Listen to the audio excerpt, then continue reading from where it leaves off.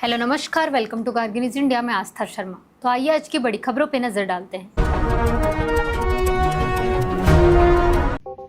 प्रधानमंत्री नरेंद्र मोदी और ऑस्ट्रेलियाई प्रधानमंत्री एंथनी अल्बनीज ने यूरेनियम आपूर्ति, रक्षा, समुद्री सुरक्षा और व्यापार से जुड़े कई अहम समझौतों पर मुहर लगाई। इन समझौतों से दोनों देशों की रणनीतिक साझेदारी को नई मजबूती मिलेगी। मेलबर्न में प्रधानमंत्री नरेंद्र मोदी और एंथनी अल्बनीज के बीच इंडो पैसिफिक क्षेत्र, महत्वपूर्ण खनिज, सप्लाई चेन और व्यापारिक सहयोग को लेकर विस्तृत चर्चा हुई।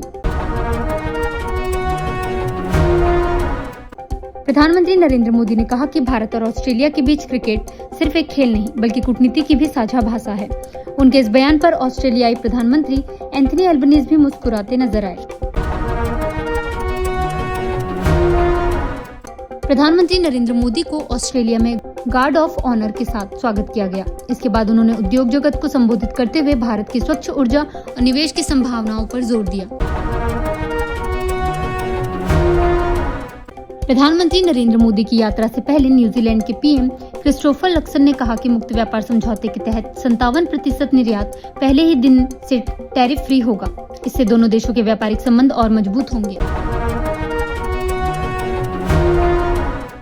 क्रिस्टोफर लक्सन ने कहा कि बदलते वैश्विक हालात में भारत और न्यूजीलैंड को नियम आधारित वैश्विक व्यवस्था को मजबूत करने के लिए साथ मिलकर काम करना होगा।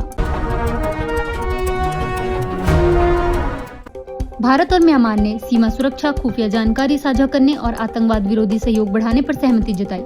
म्यांमार ने भरोसा दिलाया कि उसकी जमीन भारत विरोधी गतिविधियों के लिए इस्तेमाल नहीं होने दी जाएगी।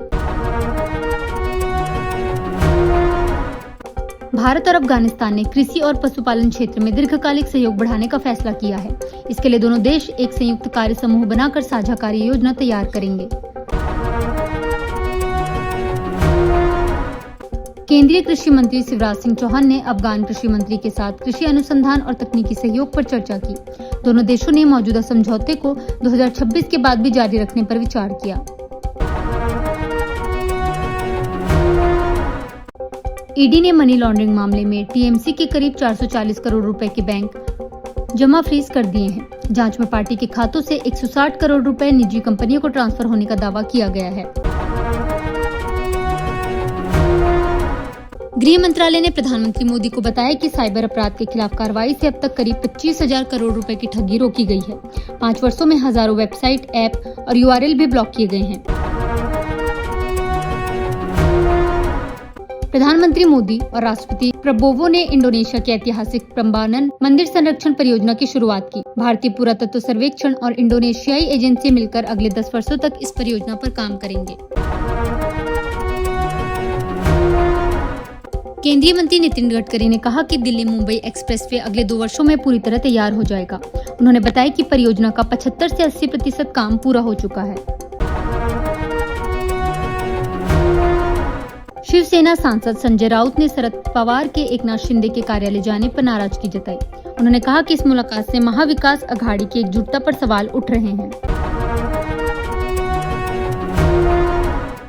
परंदूर एयरपोर्ट परियोजना को लेकर बीजेपी ने राज्य सरकार पर विकास रोकने का आरोप लगाया है।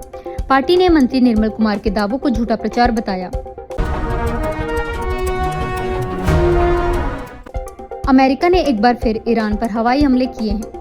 स्ट्रेट ऑफ हॉर्मज में बढ़ते तनाव के बीच इस कार्रवाई से पश्चिम एशिया में संघर्ष बढ़ने की आशंका गहरा गई है। डोनाल्ड ट्रंप ने दावा किया कि वह ईरान के लिए नंबर 1 टारगेट हैं। एयरफोर्स 1 में पत्रकारों से बातचीत के दौरान उन्होंने यह बयान दिया। डोनाल्ड ट्रंप ने कहा कि अमेरिका जल्द ही सीरिया को आतंकवाद संबंधी प्रतिबंधों की सूची से हटाएगा। सीरिया के राष्ट्रपति अहमद अल शरा से मुलाकात के बाद यह घोषणा की गई। जर्मनी के चांसलर फ्रेडरिक मर्ज ने कहा कि अमेरिका ने टॉम हॉक क्रूज मिसाइलों की बिक्री को मंजूरी दे दी है। इसे यूरोप की सुरक्षा के लिए अहम कदम माना जा रहा है। ग्रीनलैंड पर डोनाल्ड ट्रंप के दावे को लेकर नाटो प्रमुख मार्क रूटे से एक पत्रकार ने पूछा, आत्मसम्मान कहाँ है? इस सवाल के बाद अंतर्राष्ट्रीय राजनीति में नई बहस छिड़ गई। अमेरिका की आईआरएस ने कोविड टैक्स रिफंड के लिए ऑनलाइन आवेदन प्रक्रिया शुरू कर दी है। पात्र लोग 10 जुलाई तक फॉर्म 843 के जरिए दावा कर सकते हैं। केंद्रीय मंत्री ने दिलजीत दोसांझ पर निशाना साधते हुए कहा कि सतलुज वेब सीरीज को G5 से हटाने के पीछे उसके निर्माताओं की भूमिका है। इस बयान के बाद विवाद और तेज हो गया है। ये थी आज की बड़ी खबरें। बने रहिए गार्गी न्यूज इंडिया के साथ। मैं आस्था शर्मा, धन्यवाद।